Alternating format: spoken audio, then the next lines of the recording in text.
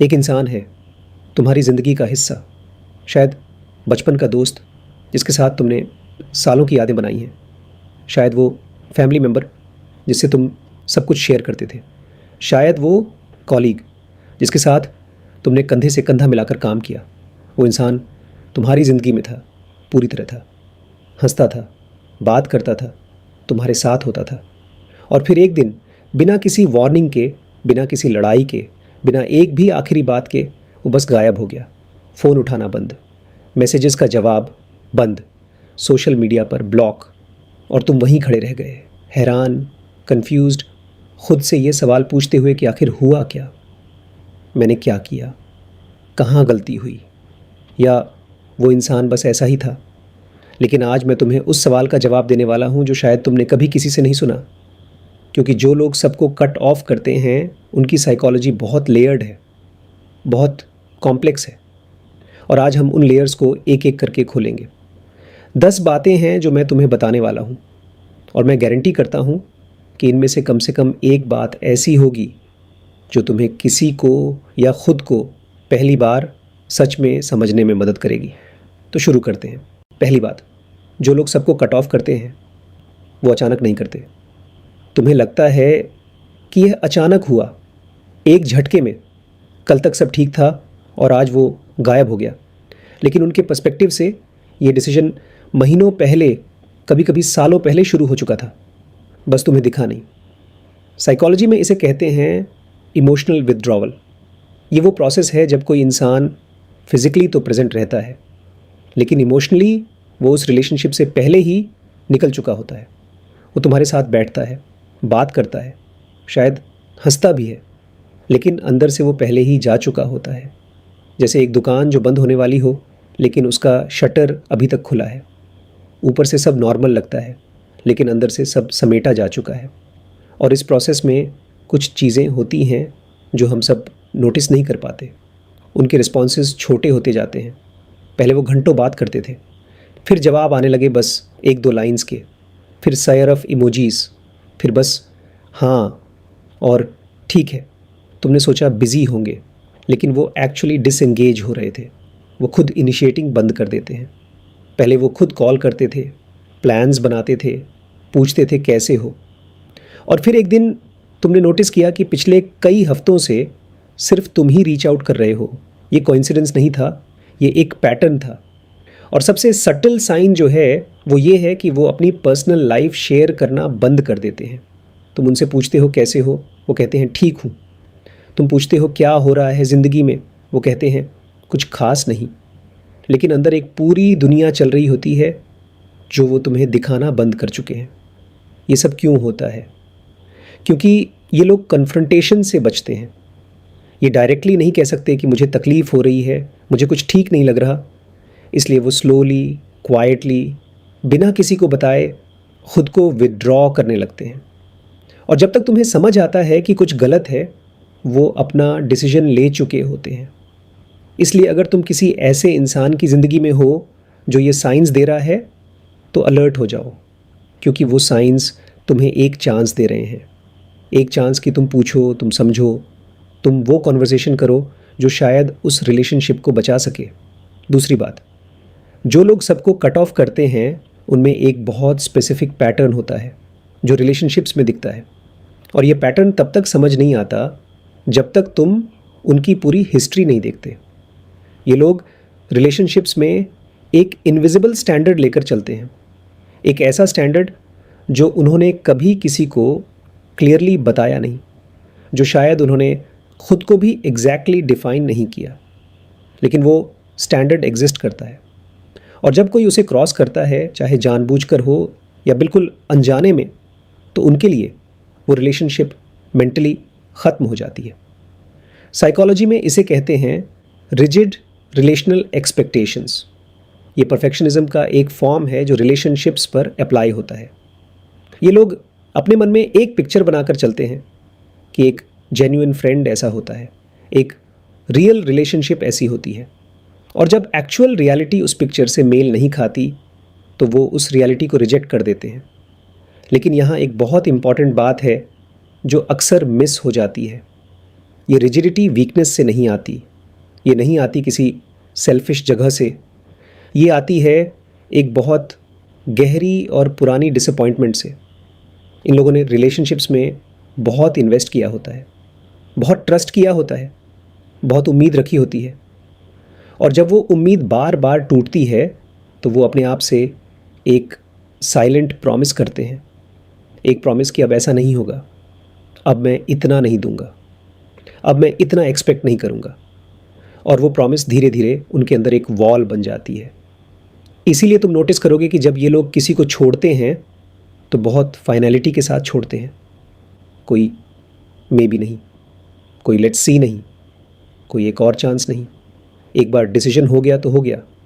बाहर से ये कोल्डनेस लगती है, लेकिन ये कोल्डनेस नहीं है, ये ईयर्स ऑफ हर्ट से बना हुआ एक सेल्फ प्रोटेक्शन मैकेनिज्म है जो उन्हें और हर्ट होने से बचाने की कोशिश कर रहा है।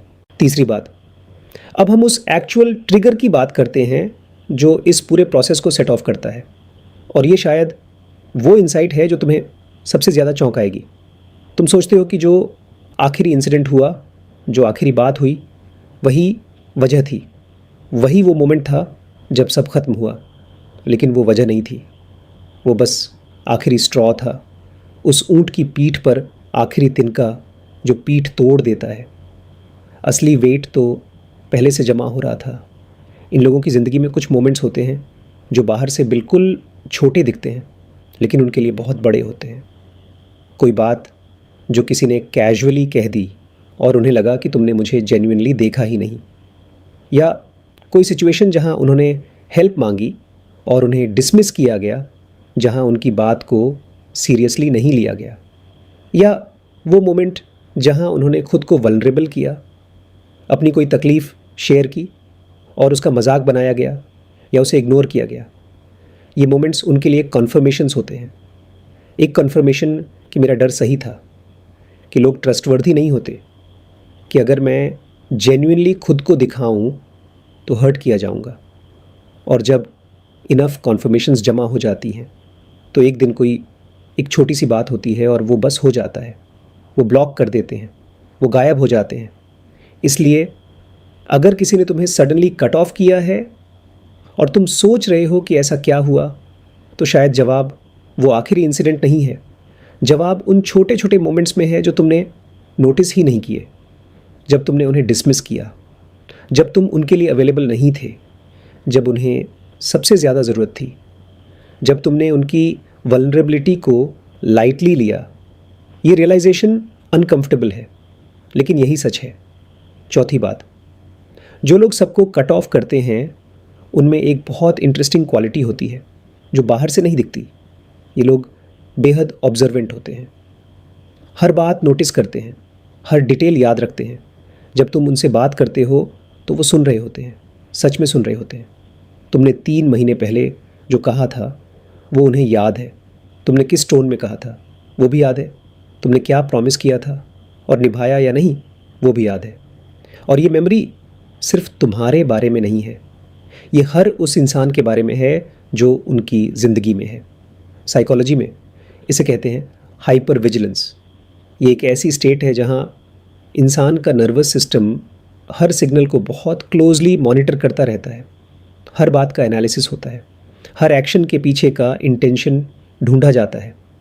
और ये हाइपर विजिलेंस अक्सर उन लोगों में डेवलप होती है जिन्होंने बचपन में या अर्ली रिलेशनशिप्स में अनप्रेडिक्टेबिलिटी फेस की हो, जिन्हें कभी पता नहीं था कि अगला मोमेंट सेफ होगा या नहीं। इस हाइपर विजिलेंस की वजह से ये लोग बहुत जल्दी ये सेंस कर लेते हैं कि कोई इंसान जेन्युइन है या नहीं, कोई रिलेशनशिप रियल है या परफॉर्मेटिव, कोई इंसान एक्चुअली केयर करता है या बस सरफेस लेवल कनेक्शन रखना चाहता है। और जब उनकी यह सेंस उन्हें बताती है कि ये रिलेशनशिप सेफ नहीं है तो वो उसे एंड कर देते हैं। इसीलिए इन लोगों को फूल करना बहुत मुश्किल है। तुम उनके सामने जो फेस दिखाते हो वो देखते हैं, लेकिन तुम्हारा एक्चुअल पैटर्न भी देखते हैं, और इवेंचुअली पैटर्न हमेशा जीतता है। 5वीं बात, अब हम उस चीज़ की बात करते हैं जो कट ऑफ के बाद होती है, क्योंकि ये वो पार्ट है जिसे कोई नहीं देखता। कट ऑफ करने के बाद वो इंसान कहाँ जाता है? क्या उसे सच में कोई फ़र्क नहीं पड़ता? क्या वो जेन्युइनली खुश हो जाता है और आगे बढ़ जाता है? नहीं। और यही सबसे पेनफुल ट्रूथ है। कट ऑफ करने के बाद उनकी इंटरनल लाइफ बेहद कॉम्प्लिकेटेड हो जाती है। बाहर से वो शांत दिखते हैं, अनबॉदर्ड, जैसे कुछ हुआ ही नहीं, लेकिन अंदर एक बहुत अलग दुनिया चल रही होती है। पहले आती है रिलीफ, एक जेन्युइन डीप रिलीफ, जैसे एक बोझ उतर गया हो। वो सिचुएशन जो उन्हें ड्रेन कर रही थी उससे डिस्टेंस मिली, और उस रिलीफ को वो जस्टिफाई करते हैं अपने आप को। देखो, सही लगा, मैंने सही किया। लेकिन फिर रात आती है, और रात के साथ आता है वो सब जो दिन में दबाया था, वो मेमोरीज़ जो अच्छी थीं, वो मोमेंट्स जो जेन्युइनली कनेक्ट करते थे, वो इंसान का वो वर्जन जो उन्हें पसंद था। और तब शुरू होती है एक इंटरनल कॉन्फ्लिक्ट जो बाहर कभी नहीं दिखती। एक तरफ वो जानते हैं कि उन्होंने राइट डिसीजन लिया, दूसरी तरफ वो उन लोगों को मिस करते हैं। एक तरफ उनका सेल्फ प्रोटेक्शन बोलता है दूर रहो, दूसरी तरफ उनका दिल बोलता है वो कनेक्शन रियल था। साइकोलॉजी में इस स्टेट को कहते हैं एम्बिवेलेंट ग्रीफ। ये एक ऐसा ग्रीफ है जहाँ तुम किसी को मोर्न करते हो जो टेक्निकली मरा नहीं है, लेकिन तुम्हारी ज़िंदगी से चला गया है। और इस ग्रीफ में एक और लेयर है। इन लोगों को खुद से भी गिल्ट फील होती है। क्या मैंने गलत किया? क्या मुझे एक चांस और देना चाहिए था? क्या मैं ओवर रिएक्ट कर रहा था? और ये गिल्ट उन्हें और ज़्यादा अंदर खींचती है। वो किसी से बात नहीं कर सकते, क्योंकि उन्हें लगता है कि अगर मैंने किसी को बताया कि मैं मिस कर रहा हूँ तो मेरा डिसीजन वीक लगेगा। इसलिए वो अकेले कैरी करते हैं, अकेले प्रोसेस करते हैं। और ये अकेलापन जो उन्होंने खुद चूज़ किया, कभी कभी उनके लिए सबसे हैवी बर्डन बन जाता है। छठी बात, ये लोग सबको कट ऑफ करते हैं, ये पूरा सच नहीं है। ये एक बहुत इंपॉर्टेंट डिस्टिंक्शन है जिसे समझना ज़रूरी है। हर इंसान जो ये पैटर्न फॉलो करता है, उसकी ज़िंदगी में एक या दो लोग होते हैं जिन्हें वो कभी नहीं छोड़ता, जिनके साथ वो जेन्युइनली ओपन रहता है, जिनके साथ वो सब शेयर करता है जो बाकी किसी को नहीं बताता। और ये लोग कोई मैजिक से स्पेशल नहीं होते। इनमें कुछ स्पेसिफिक क्वालिटीज़ होती हैं जो इन्हें बाकी सबसे अलग बनाती हैं। पहली क्वालिटी है कंसिस्टेंसी। ये लोग हमेशा वहाँ होते हैं, परफेक्ट नहीं लेकिन कंसिस्टेंट। वो कहते हैं मैं हूँ तो होते हैं, प्रॉमिस करते हैं तो निभाते हैं। और ये कंसिस्टेंसी उस इंसान के लिए बहुत रेयर होती है जिसने अपनी ज़िंदगी में बहुत इनकंसिस्टेंसी झेली है। दूसरी क्वालिटी है उनका जेन्युइनली नॉन जजमेंटल होना। ये लोग कभी उनकी सेंसिटिविटी को वीकनेस नहीं कहते, कभी उनके बाउंड्रीज़ को ड्रामा नहीं बोलते, कभी उनके साइलेंस को एटीट्यूड नहीं मानते। वो सिंपली एक्सेप्ट करते हैं जो सामने है। और तीसरी क्वालिटी है कि ये लोग कभी उनकी लॉयल्टी को ग्रांटेड नहीं लेते। वो अप्रिशिएट करते हैं, वो नोटिस करते हैं, वो याद रखते हैं। तो अगर तुम किसी ऐसे इंसान की ज़िंदगी में रहना चाहते हो जो सबको कट ऑफ करता है, तो तुम्हें एक्स्ट्रा ऑर्डिनरी नहीं बनना। तुम्हें बस जेन्युइनली कंसिस्टेंट, नॉन जजमेंटल और एप्रिशिएटिव बनना है। क्योंकि ये लोग जब किसी को ट्रूली अपना मान लेते हैं तो वो बॉन्ड किसी भी दूसरे बॉन्ड से ज़्यादा डीप और लॉयल होता है। सातवीं बात, जो लोग सबको कट ऑफ करते हैं उनकी एक बहुत स्पेसिफिक रिलेशनशिप अपने खुद के इमोशंस के साथ होती है। और ये रिलेशनशिप बहुत कॉम्प्लिकेटेड है। ये लोग अपनी फीलिंग्स को फील तो करते हैं, बहुत डीपली फील करते हैं, लेकिन उन्हें एक्सप्रेस करना नहीं जानते। या यूँ कहो कि उन्होंने एक्सप्रेस करना सेफ नहीं माना कभी। इसका रिज़ल्ट ये होता है कि इमोशंस अंदर जमा होती रहती हैं, अनप्रोसेस्ड, अनएड्रेस्ड, जैसे एक प्रेशर कुकर जिसकी सीटी बंद है। और ये इमोशंस एक स्पेसिफिक तरीके से बिहेव करती हैं। ये लोग जब हर्ट होते हैं तो बाहर से नॉर्मल दिखते हैं, जब फ्रस्ट्रेटेड होते हैं तो शायद थोड़े क्वाइट हो जाते हैं, लेकिन वो फ्रस्ट्रेशन एक्सप्रेस नहीं होती, वो कलेक्ट होती रहती है। और जब एक पॉइंट आता है जहाँ और नहीं हो सकता तो वो इंसान सिंपली डिस्कनेक्ट हो जाता है, बिना आर्ग्यूमेंट के, बिना एक्सप्लेनेशन के, बिना किसी ड्रामेटिक सीन के। साइकोलॉजी में इसे कहते हैं इमोशनल सप्रेशन। और रिसर्च बताती है कि जो लोग कंसिस्टेंटली अपनी इमोशंस सप्रेस करते हैं उनके लिए रिलेशनशिप्स को मेंटेन करना नेचुरली ज़्यादा एग्जॉस्टिंग होता है। हर इंटरेक्शन में एनर्जी लगती है, हर सोशल सिचुएशन में एक मेंटल एफर्ट होती है, इसलिए ये लोग सेलेक्टिव होते हैं अपनी एनर्जी के बारे में। और जब कोई रिलेशनशिप उनकी एनर्जी का बड़ा हिस्सा ले रही हो बिना कुछ रिटर्न किए, तो वो उस रिलेशनशिप को एंड कर देते हैं। इसीलिए अगर तुम इन लोगों के करीब हो तो एक बात याद रखो, ये तुम्हें डायरेक्टली नहीं बताएंगे कि मुझे हर्ट लगा, ये डायरेक्टली नहीं कहेंगे कि मुझे तुम्हारे साथ प्रॉब्लम है। वो क्वाइट हो जाएंगे, विथड्रॉन हो जाएंगे, और अगर तुमने उस क्वाइटनेस को सीरियसली नहीं लिया तो एक दिन वो सिंपली चले जाएंगे। 8वीं बात, ये बात थोड़ी अनकंफर्टेबल है लेकिन ज़रूरी है। जो लोग सबको कट ऑफ करते हैं वो हमेशा रॉन्ग नहीं होते, कभी कभी वो बिल्कुल सही होते हैं। हमारी सोसाइटी में एक बहुत डीप कंडीशनिंग है कि रिलेशनशिप्स को फाइट करके बचाना चाहिए, कि छोड़ना वीकनेस है, कि जो इंसान बिना एक्सप्लेनेशन दिए चला जाए वो इमेच्योर है, कावर्ड है। लेकिन ये कंडीशनिंग हमेशा सच नहीं है।